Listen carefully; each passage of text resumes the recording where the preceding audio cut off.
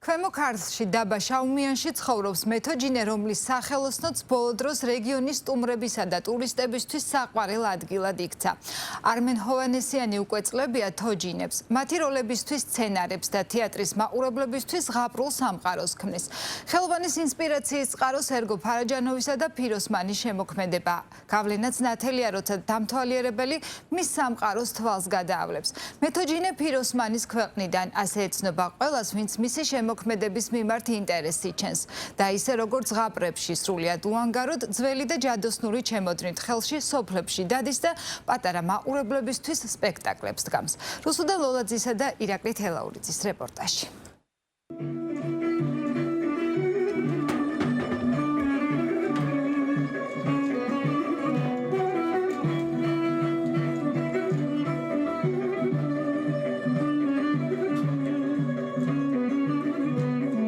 ძველი თბილისური ჰანგები, გაცოცხლებული ზღაპრის გმირები, ახალი პერსონაჟები, კეთილი ფერიები და ჯადოქრები – ეს არმენ ჰოვანესიანის თოჯინების თეატრია.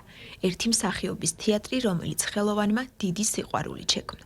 ვიტრაჟული სტილის თეატრ სახელოსნოში ყველა თოჯინა თავისი ხელითაა შექმნილი. ყველას თავისი ისტორია და დატვირთვა აქვს. ეს არის საათნოვას მუზა, ლამაზმანი თბილისელი. აქეთ არიან ქოჩარი, სომხური ტრადიციული ცეკვა, წუნა და წრუწუნა, საქორწილო ცეკვა არის. აქეთ ფარავანის ტბის ლეგენდის გოგონა, რომელიც ტირის და იქიდან იბადება ფარვანა. ჯადოქრების სერია, რომელიც მე ძალიან მიყვარს ჯადოქრები, მაგალითად ეს სიყვარულის ჯადოქარია. სპექტაკლიდან არის ჩემთვის შევიძინე პლატონის ექიმზე, რომ ბათუმზე გავაკეთე სპექტაკლი პლატონი. ერთი შევიძინე სამახსოვრად მე, რომ სულ გახსოვდეს ჩემი პლატონი. ეს ქალბატონი ერთთვალიანი ქალბატონია, აი ნახეთ, ძველ ეპოქაში, რომელიც ხალხი ქმნიდა თოჯინები, ფიქრობდნენ, რომ სულყოფილად გააკეთონ თოჯინები, შეიძლება თოჯინა გაცოცხლდეს. მეც ახლა მინდა, რომ თოჯინა დარჩეს თოჯინა, არ მინდა, რომ თოჯინა ადამიანი გახდეს, იმიტომ რომ მაინც და მაინც იცით რა არის, თოჯინები არ უნდა გახდნენ ადამიანები, ეს ჩემი პირობა არის, ესე უფრო ეხმარებიან ვიდრე ბევრ ადამიანები. თუმცა მის შემოქმედებაში ყველაზე დიდი ადგილი მაინც სერგო ფარაჯანოვს და ფიროსმანს უჭირავს. სწორედ ეს ადამიანები არიან ხელოვანის ინსპირაციის წყარო. აქ ფარაჯანოვისა და ფიროსმანის სიყვარულისა და ცხოვრების ისტორიებიც ცოცხლდება. ჯადოსნური გარემო კი წითელი ბროწეულების სამყაროში გვამოგზაურებს. აი აქ ფარაჯანოვია თავისი ბროწეულით და საღვარელ კოლაჟით. აქ სპექტაკლიდან ნიკალას გული, სადაც ცხოვრობს ვარდები და გული ნიკალას, სადაც მარგარიტა ცხოვრობს და სპექტაკლში იბადება ნიკალას გულიდან და სპეციალურად ისე გავაკეთე, რომ ნიკალა საერთოდ მაინც თოჯინების თეატრში არ იყოს მარტო და გადაიფიქრა მარგარიტა პარიზიდან დაბრუნდა, არ წავიდა თბილისიდან და ცოცხალ ვარდებს ყოველ დღე აჩუქებს ნიკალა, რომ მარგარიტა მაინც არ წავიდეს და ეს ჩემთვის ტრადიცია არის თეატრში. ნიკალასთვის ცოცხალი ვარდები უნდა მოიტანო, რომ მარგარიტა დარჩეს მაინც. ნიკალაი არ იყოს მარტო. ეს თოჯინები წლების მანძილზე ხელოვანის სახლში კარადებში ცხოვრობდნენ. რადგან სივრცე, სადაც არმენ ჰოვანესიანი მათ გამოფენდა, არ არსებობდა. შესაბამისად, არ არსებობდა ადგილი, სადაც ამ პერსონაჟების გაცოცხლება შეძლებდა. სივრცე, სადაც ახლა თოჯინების 20%-ია გამოფენილი და სპექტაკლების ჩვენება ხდება, 1 წელია შეიქმნა.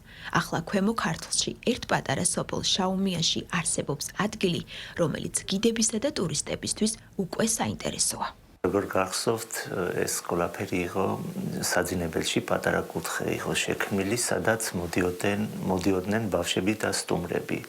და ჩემთვის ცოტა უხერხული იყო, მაგრამ სხვა საშუალება არ იყო. ეხლა ესე მოხდა, რომ ნიდერლანდების წინა ელჩი ჩამოვიდა ჩემთან სტუმრად და შეხვარებული იყო თოჯინებზე და მართლა ნახა პირობები ამ ისე თქვა, რომ აი მე წავალ და პროექტი მოდი გავაკეთოთ, ამ პროექტის მიხედვით შენ იმუშავებ და შენი თოჯინების ნაწილი ამ თანხით გააკეთოთ ცალკე ოთახი, სადაც შეიძლება გამოფენილი იყოს ნაწილი მაინც თოჯინების. და შედგა ეს პროექტი მარნეულის კულტურის ცენტრთან გავაკეთეთ სამენოვანი სპექტაკლი ასია. მოდიან კიდევ ტურისტები თავისი გიტებით მოდიან ხანდახან, ეს არის პირველი ოფიციალური ჩამოსვლა ტურისტების მარნეულში და ეს ძალიან ჩემთვის კიდევ მნიშვნელოვანია, რომ ამ კუთხიდან მაინც გაიგონ ჩვენი რეგიონის შესახებ. პირველი თოჯინა როდის შექმნა არ ახსოვს.